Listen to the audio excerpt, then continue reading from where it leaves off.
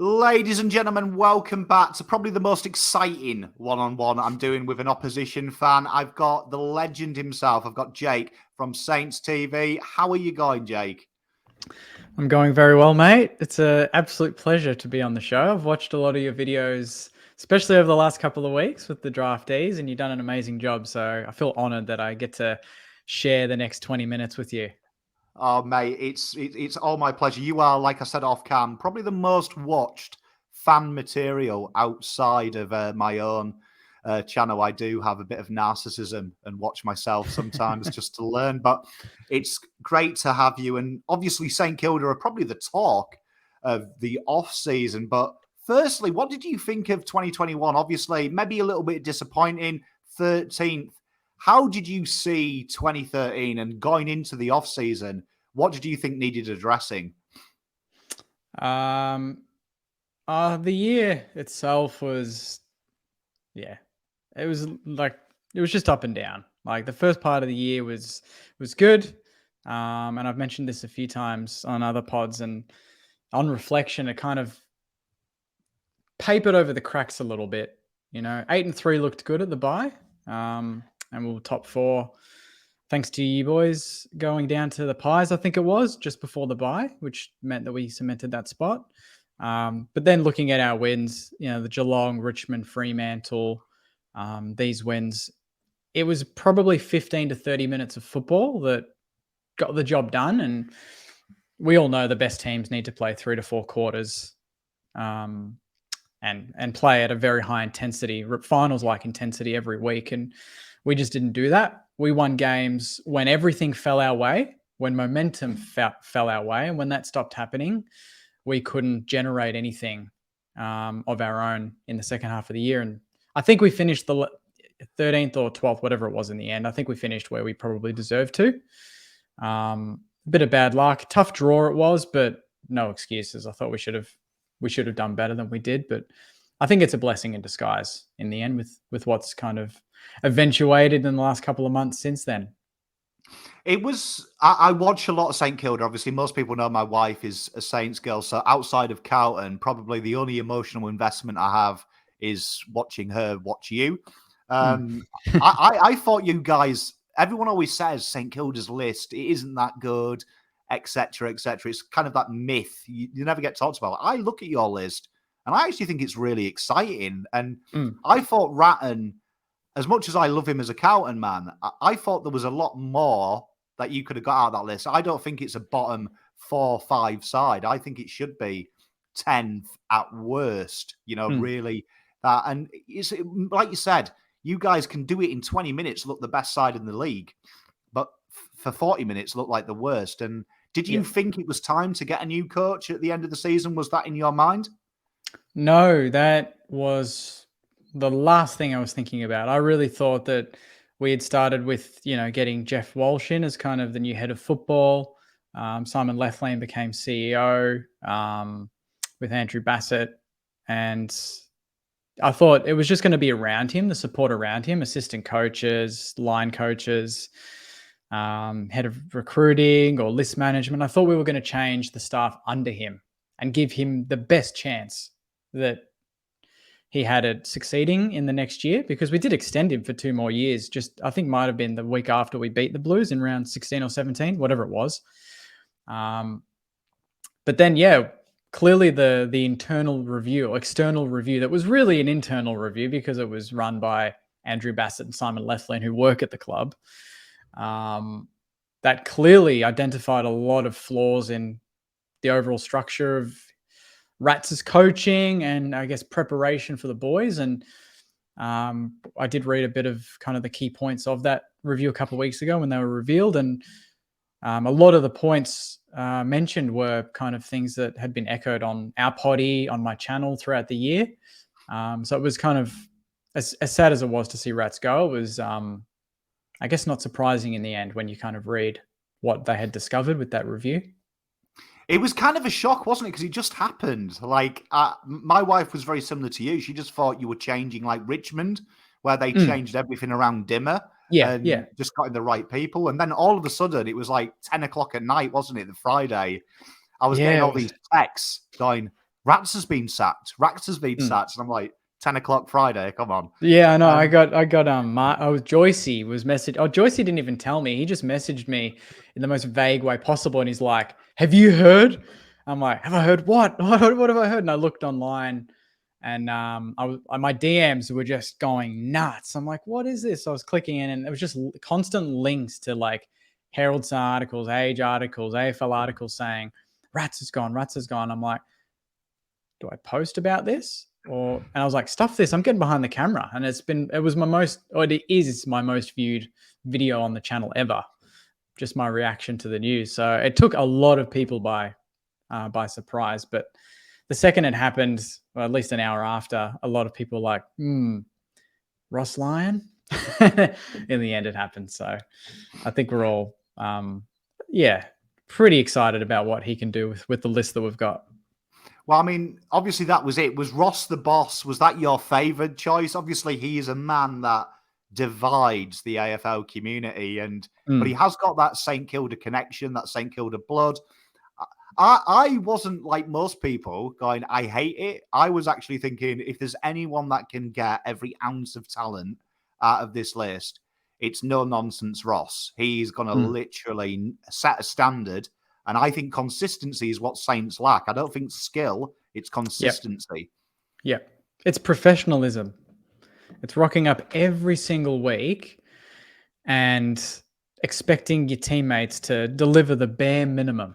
And the bare minimum is executing basic skills. It's bringing pressure and being focused. Everything else outside of that is, to me, a nice to have. Everything stems off those 3 or 4 things. And when you look at the Ross teams from 09 and 10, sure, we had some seriously good top-end talent. We had Rui in his prime, Lenny Hayes, Goddard, Sam Fisher. We had Stephen Milne and Schneider running around kicking goals, Nicky Dell, to say that's just a few of them. But our bottom 10 of those years weren't great. But what Ross did was get them to deliver every single week what their strengths were. Didn't matter what they couldn't do. He just emphasized what they could do. And they did it. Robert Eddy, Zach Dawson, Andrew McQualter. These are, bottom 3 players in a top team, and he got the best out of them.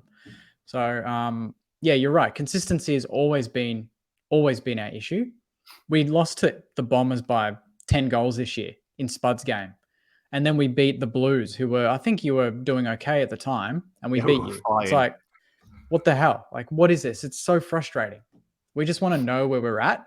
And for the last 10 years, since Ross, we haven't known, are we a bottom 4 team? Are we a middle tier team? Can we be a top team? But I think Ross is going to know in a year's time where this team is at, which is going to be awesome. And when the season finished, there's a lot of team players on your list that I think are like literally how St Kilda play. Like Dan Butler is one of them guys who he's either top 4 in the league or I don't notice him for 4 quarters. And he's so frustrating to watch because Butler can tear you up. There's other players as well who I really rate. Hunter Clark is one of my favourite players. He's one of my wife's. But he can either be 1 minute Jake Sinclair's little brother or he can be like, Frank Sinclair, the British actor that does B-grade movies. It's one of them things that blags my head. So that's something that I'm hoping he can really help with you guys. Get just some baselines from these gentlemen. Yeah. Those two definitely have been really frustrating in their own ways in the last couple of years. And I think, for different reasons. Dan Butler, Rats, his strategy was always kind of nurture. And Marshy made a really good point on our pod maybe a month or 2 ago. He said that we couldn't have gotten through COVID in 2020 in the hub with a better coach than Rats. He nailed it. We made finals for the first time in 10 years because of him, because of the way he managed the group. He made it a family. But since then, I don't think he's adapted that strategy. He's been nurturing. Butler probably should have been dropped after round 4. Definitely. Ross would have dropped him. Rats didn't drop him once. He played every game almost for the year. He didn't reward average performances, but he didn't punish the average performances, which is even worse. And I think having a coach in Ross who is only going to accept effort every week, it's going to be a bit of a kick up the bum for players like Clark and Butler. But Clark's been a bit unlucky with injuries. So I'm not going to, put the focus on him too much because I just want to get him back fit, get 5-6 games in a row out of him without a concussion or an injury, and then we'll see from there. And with the season going at the end, as you went into the trade period, what were you thinking, Jake, that you really needed? What was like in your shopping list? Oh, was that trade period or draft period? Trade period, sorry. Trade period. Look, I was worried that we were going to get more recycled players because that's kind of been I wouldn't say they're recycled, but our strategy over the last 4 years has been kind of ambitious, Moneyball type strategy in getting Brad Hill, in getting Butler, and getting Higgins, Zach Jones, Paddy Ryder, Dougal Howard, all from previous clubs. And I'd say only maybe half of them have really kind of cemented their spots in the best 22 now. So I just wanted to get youth. I wanted to see if there was any youth out there. And I mean, there was the Bows thing or the Bows, however you want to pronounce his name, but getting pick 7 for me would have been huge. Geelong obviously got it, but I was more focused on that sort of thing than finding the next star that wanted to leave. There was no one out there that was looking at leaving that I thought maybe we could get. And De Goey, that was a chance. And from all reports from people that I've spoken to, that was actually pretty close. But if you had the choice of, getting Jordan De Goey or probably aiming at the draft and doing what we did, you do what we did at the draft every day of the week. It would have, again, probably papered over the cracks. It would have been a shortcut to success. And maybe it would have been good for 1 year. Maybe. But it wouldn't have been sustainable for long-term success, that's why Ross is here, to help us build that foundation. So I think we did the right thing. Didn't do too much, as boring as it was. But the focus, was at the draft. We always said youth was the focus. So it was good to see we lived up to that promise.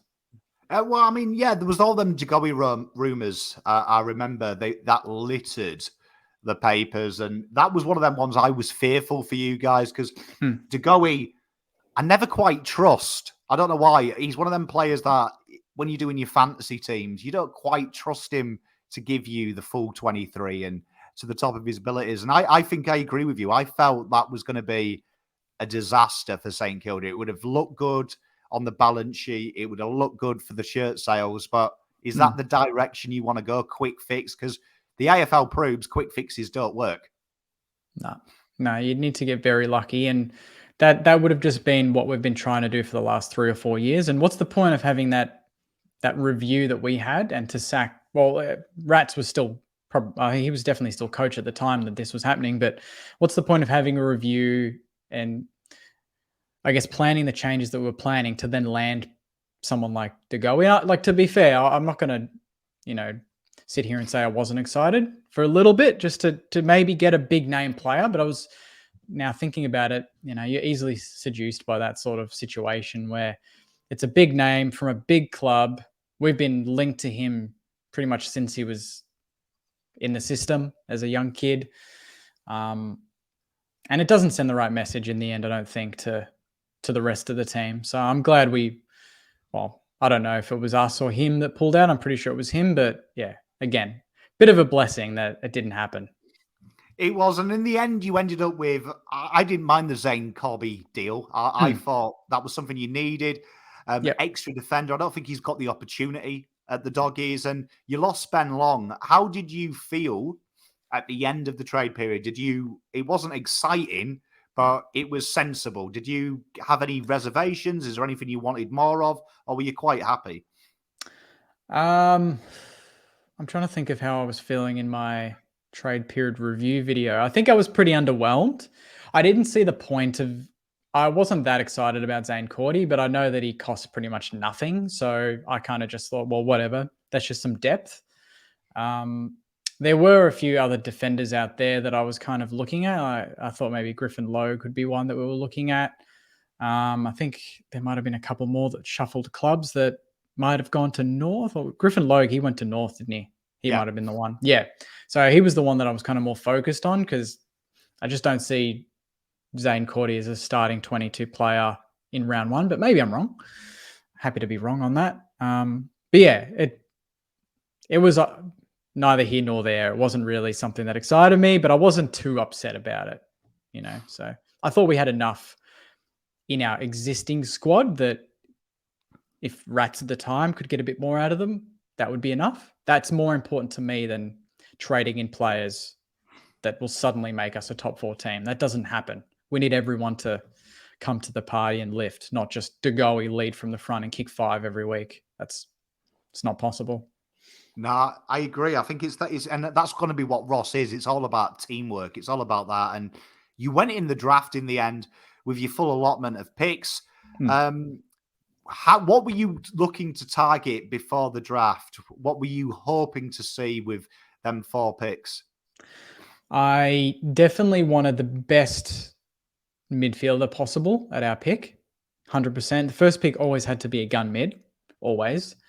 And then from there, I really wanted some defensive reinforcement, but not an intercept marking defender. I wanted a key defender. And then possibly another mid. And I think I mentioned in my draft preview video, at the last pick, there was another player, Ethan Phillips, that I was looking at, and I wouldn't have minded him as that kind of ruck forward. I think it was him or maybe someone else. But I wanted him. And in the end, we got Kilda, which I think is almost better. Very happy with him, and complements the fact that Paddy Ryder's retired. We've got Rowan Marshall, Max Heath, and Tom Campbell, not to mention Jack Hayes returning, but it's always good to have another sort of rotation at Sandy for rucks. So Max Heath and Kilda are going to be pretty exciting to watch. I like to think in the next 5 or 6 years when they get a run, which would be good. Well, I mean, the draft was like Christmas for St Kilda. I thought St Kilda nailed the draft. And let's talk a little bit about your prize possession. Matthias Philippou was probably the slider because most people had him on the day of the draft. He was locked in to Essendon. So it kind of threw everyone that the draft went as planned with starters going to Essendon. How did you initially feel when he slid to your pick firstly? And were you super excited to see him in that St Kilda shirt? Yeah, he was the one before the draft I wanted. I didn't think we could get him, but in the best case scenario, I wanted him ahead of Mackenzie. Mackenzie's obviously a very, very, very talented player, and he was part of our academy, so it's always nice to get the academy boys in. We were lucky enough last year to get Windy and Owens with that. Obviously, the rules have changed this year, so Mackenzie's gone to Hawthorn, and yeah, when that happened, I was really happy because I kind of had a fair feeling that Geelong were going to play. Geelong were going to take Jai Clark. West Coast were going to take. I can't remember who they took before. Gimby, yep. And then I knew once that happened that there was no way we were not going to take him at pick 10. And to get a player with his sort of variety of assets, his size, his speed, the power on his left foot is unreal. But most importantly, his attitude, right? And that's how you build clubs. It's great to have the talent, but it's all about attitude too. And Ross Lyon's teams that made grand finals, that was first and foremost the attitude that they brought every week, their self-belief, but also the collective belief that when we turned up, the other team had to play very, very good for 4 quarters to get anywhere near us because we knew we were better than them. And this kid knows that he believes that he's better than everyone in that top 10. And you know that firsthand from speaking to him. And I don't doubt him as well. I think that's the big thing. You can talk the talk, but like he's believable. And I think the big thing for me was, and I don't think the media have touched on it enough, is his self-awareness. He tells you what he's good at, but he also is very aware of what he needs to improve. And that's where I stray away from arrogance and think it's confidence, because he doesn't have to tell you what he can't do. Our ego would say, oh, I'm just perfect. He was literally, I need to improve in this, and I'm looking forward to working on this. And I look at what you guys have got, and with him being a big-bodied midfielder who can play in the forward line, working with Dan Butler on his forward craft is exciting. But then working with Steely and players like that, like he's got the best 2 mentors, I think, to be the ultimate player. Yeah, and you can't forget, we've got obviously Lenny Hayes coming in as midfield coach. And he was stoked to meet him. It was funny watching that footage of Mateus meeting Lenny, meeting Goddard as well, who's back. And Goddard was that similar sort of size, that prototype, sort of tall midfielder slash winger slash forward. He could play anywhere. He was kind of the ultimate utility. There's no doubt that he'll get into the ear of Mateus and help him on, how to balance going into the midfield, but then also being a really potent forward. Then you got Robert Harvey, who's a 2-time Brownlow medalist there. And I mean, he's got the perfect sort of setup now at a footy club to hopefully fulfill that that X factor and that talent that he's got. I think he's an upgrade under Goey, honestly. I genuinely believe in my heart of hearts in 10 years' time, we compare their careers. I think Mateus will be far more consistent and far superior. That's my big call. Yeah, no, I'm backing him to play round one. I'm really, really excited to see. I think he'll be extremely dangerous from day dot off a half forward flank with that left foot. And we haven't had a nice big left foot, in the forward line since the G train. So I'm pretty excited to see what he could do. He could easily kick 20 odd goals in his first year. He doesn't need to get a lot of the ball, just find the right spots and take some pings. And then I love that. Yeah, no, I'm excited for him, but yeah, we don't want to put too much pressure on him. That's what everyone gets a bit seduced. They watch the highlight reels of him, playing at his club level, and AFL is a completely different ball game. So we'll have to see how he goes. I'm looking forward to hearing the chants. I know St Kilda are very good at coming up with chants in your cheer squad. You're very imaginative. So I think he's got a great name to work with as well. There's a lot to work with.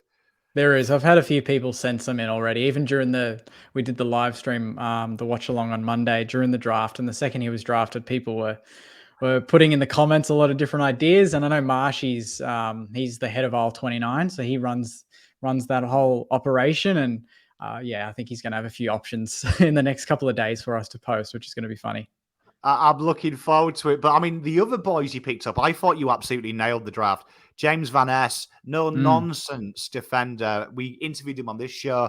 He is, for me, the Ross the boss type defender. He is no frills. He gets excited about hurting people and gets excited about stopping you scoring. That was the big thing I took out of the interview. He views defending like goal kickers view scoring goals. He froths the challenge, and he's a big boy. I must be excited about that. Yeah, he's... when I saw his name read out, I was stoked. Absolutely. I was kind of surprised we took him at that pick and maybe not the next one, but it just showed the value, how highly we valued him, because we didn't want to wait in case someone else might have swooped in and taken him. Because I had my eyes on Lewis Hayes as well as that other big-bodied defender, and he was obviously picked up. I think might have been one of the first picks of the second night. And so once he was off the table, I kind of thought, well, James Van Ness he's got to come to St Kilda. Like we've been crying out for a big-bodied defender, no frills, key defender that can play fullback, play on the monsters like Tom Hawkins, who have just killed us in years and years.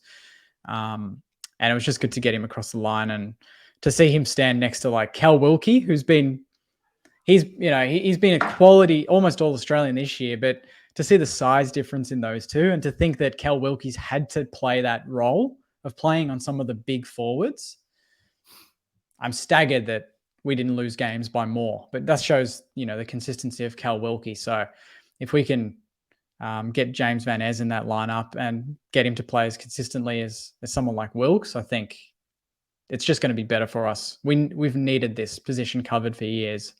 So it's good to have that covered now, finally.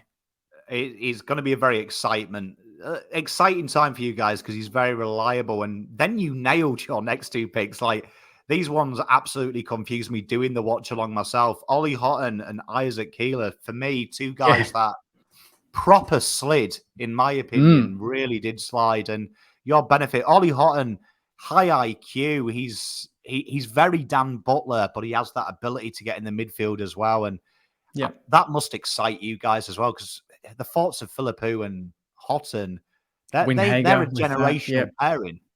Yep. To have him slip to that, I think in the projections he was in that 15 to 20 range. So the first round, And we'll talk about Isaac Keeler, but he was also in that range as well. So they were essentially first round to early second round picks that we got in the 30s and 40s, which is nuts.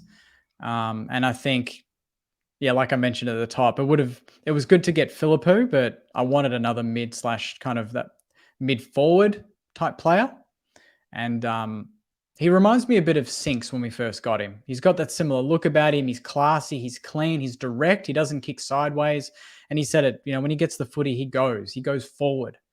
And I kind of see him almost overtaking, maybe even potentially in 3 or 4 years' time, like that Zach Jones position, where he can go into the middle, burst out, be clean with it, but then go forward and kick goals, which everyone knows the modern day midfielder, if they can kick a goal a game, that's worth 10, 15 possessions on its own. It's so important.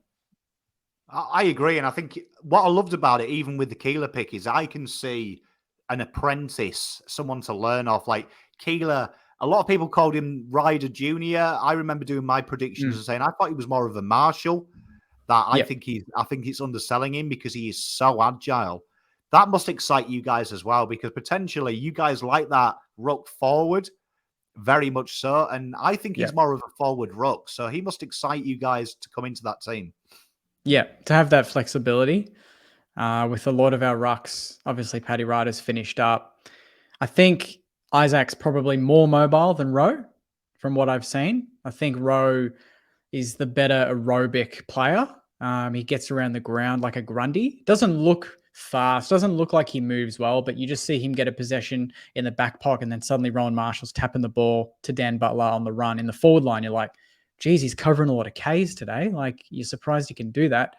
Whereas I think he's going to be that special player where he doesn't need to do too much, but it's going to be a few magical moments in a game and that can really shift the game in our favor. And I think you're right. I think I can see him definitely playing more forward than ruck early. And to have him and Max King, in the same forward line is going to be really, really exciting. And and my wife keeps saying Ben King's going to move over as well. So I mean, if that ever happens, yeah. Well, I think when's his contract end up? It's coming up next year or two. I think it is. So and we've kept all. That's the beauty. People don't realize that a lot of the other clubs that did well in this draft, they traded out a lot of future first picks or future picks in general to move up in the draft, swap picks, whatever you want to call it. We didn't do any of that. We have all of our picks for next year still. We didn't trade any of them away, which is brilliant. It's an understated thing as well, because next year's draft, it's been billed already. It's been talked up as much better than this one. Yeah, but by mid-year, people are going to be heralding these players. And if you guys do want to trade a ready-made talent, them picks are probably even more valuable at that stage. Exactly. Yeah. So we've played it really well. We've ticked all the boxes. We've got the new director, Jeff Walsh. We've got new coach, new assistants, new youth coming through to support the existing youth. Now it's all about just having a good preseason and not getting too many injuries, basically. The easy part. Well, Well, yeah. I don't know. We've had a few. I think both our clubs have been victims of injuries in pre-seasons the last couple of years, which has been disappointing. But hopefully, this off season we can just get to round one, have a full selection of players, and hit the ground running from day one. Both St Kilda fans and Carlton fans are idiots to have their club notifications turned on from now till February. It's terrifying. It's a bad time. Yeah. Turn them off, everyone. Turn them off. We've nailed the draft, obviously, like we said, St Kilda for me, massive A. 2023, what are the expectations, Jake, with these boys and under Ross? Yep. Percentage for me is a very, very good indicator of how to answer this question, because I could easily just say finals. But if we're making finals and our percentage is 95, that shows that we scraped in. A lot of our wins weren't convincing. Maybe we lost a few games by big margins. If you look at the top 4 to top 5 teams, and especially the premiership winning sides of the last 10 years, their percentages are healthy because they beat up on teams when they need to. And then when they lose, they don't lose by a lot. So this year, our percentage was probably 10th or 11th in the comp, and that's where we finished on the ladder. So any better than that would have been lucky to finish in the 8. So I'd like to think a percentage of 105 or more as a base is kind of what I'm expecting, because that gets you ballpark probably 6 to 8, in the comp in terms of percentage. And that just tells me that every week we're competing and we're not having one week where we win by 10 points. The next week we lose by 40. The next week we win by a point. And it's all classic inconsistent Saints. It just shows consistency when your percentage is that healthy. And yeah, in short, make finals. That'd be good. Well, I mean, there's nothing I'd love more from a personal perspective, Carlton and St Kilda in a final. I'd love that. I think that's the expectation for, at least on your side, that's definitely the expectation is finals. No excuses now. And for us, it's just how quickly Ross can get everything into place, because some coaches need time, some need a year to really sort of hammer in their key messages. But I don't know. I'm backing Ross to make some quick changes and efficient changes that gets us moving in the right direction pretty quickly. Mate, I am rooting for you guys as much as I can as a Carlton fan. I can't wait to see what Ross does, and I can't wait to see these new guys. For those watching at home, all of Jake's links are in there. But Jake, how can everyone come and find you, my friend? Yeah, we're pretty much on every platform, but YouTube at Saints TV Pod, Instagram at Saints TV Pod as well, and Facebook Saints TV, and then if you Google Saints TV, website, TikTok, everything else will pop up as well. So we're on everything. So if you're a Saints fan, get on board. And quick one, sorry to plug this, but if we hit 5,000 subs before next year, Sainers listening, I will give out a free membership. So we've got 220 subs to go, I think, before that. If we can do that in the next 30 days, a Saints fan will win a free membership for next year. So there you go, a bit of incentive. Make sure you sub, because honestly, Jake and the boys, their voice is my long distance drive background. It's very therapeutic as well. They're not loud and obnoxious like myself. They're very calm, very mellow, and very educational as well. Oh, don't undersell yourself, mate. Your quality as well. Oh, thank you. I'm a bit like Vegemite, though. Not everyone's cup of tea. I'm quite brash and abrasive, I would admit. But Jake, thank you very much, mate. You're a legend, superstar. I love what you do. So I wish you the best for 2023. And thank you very much for joining us today. Thanks very much for having me, mate. Cheers, mate.